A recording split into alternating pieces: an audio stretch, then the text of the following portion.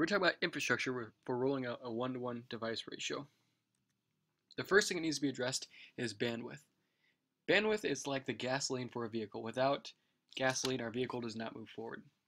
Bandwidth is the amount of data that can be streamed from the internet. This is the way that students use educational apps, access websites, share things on Google Drive. Bandwidth is the ability for our students to access data at a certain speed. The State Educational Technology Directors Association, SETA, found at seta.org, recommends bandwidth for schools in the school year after next, which is the 2017-2018 academic year. For an external internet connection, which is a computer plugged directly into the internet service provider, kind of like the computers we have in the library, require at least 1 gigabyte per second per 1,000 students. So if every single student was on a direct connection to the internet, it would require 1 gigabyte per second per 1,000 students of bandwidth. But that's not what districts want. What districts need is internet-wide area network, which is WAN, and what that is would be like Wi-Fi. So for every 1,000 students on a personal device, a device that moves from classroom to classroom and goes home with them, and they can move it around the campus as they learn, that requires 10 gigabytes per second per 1,000 students. So this is the bandwidth that must be achieved for schools to be as successful and meet that goal to make sure that the learning is happening with the technology. Network security. Schools must purchase an umbrella program to cover all devices from phishing and malware, including devices that students take home. In order to maintain SIPA and E-rate compliance, schools must ensure student safety is accounted for. Purchasing a filter from a private company like OpenDNS for the flexibility of a one-to-one device ratio is optimal. At the blue hyperlink below, you can see the packages that are offered by OpenDNS.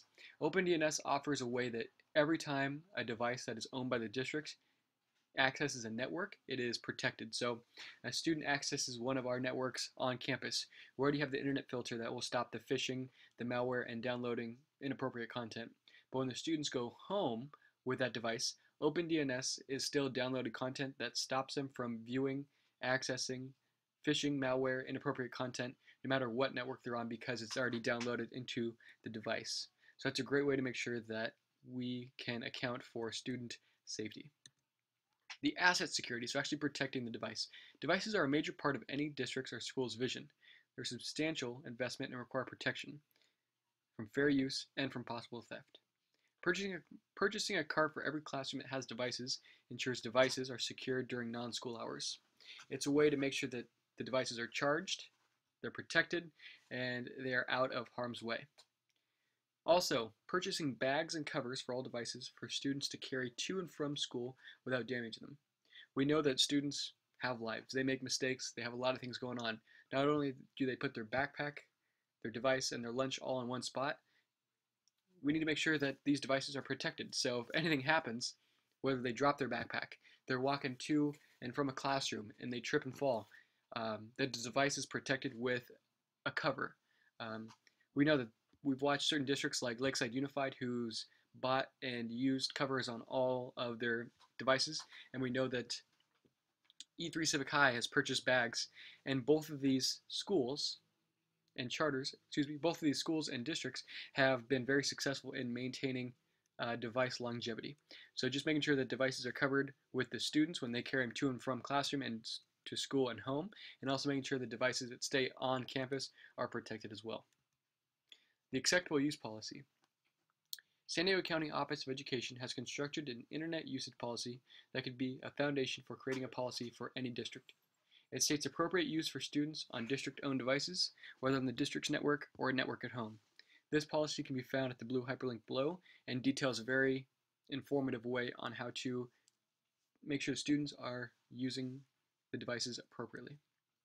The usage policy for home to school program, in addition to the usage policy detailed by San Diego County Office of Ed, there should be an additional article stating that students are responsible for bringing devices to school every day. It should state, students will be required to have their device with them every time they come to school. Students will also need to make sure the device is charged and ready to be used in their classroom. Just like a pencil, it needs to be sharpened before it can be used. We cannot make use of devices if they aren't charged. Based on the facilities and the infrastructure of the actual school, we know that we do not have enough outlets and enough time to charge every single device at school. So students will have to charge their device at home and bring it with them charged. Next, Carrie Strong is going to talk about the common hurdles districts have experienced and how they can be avoided or resolved. Thank you.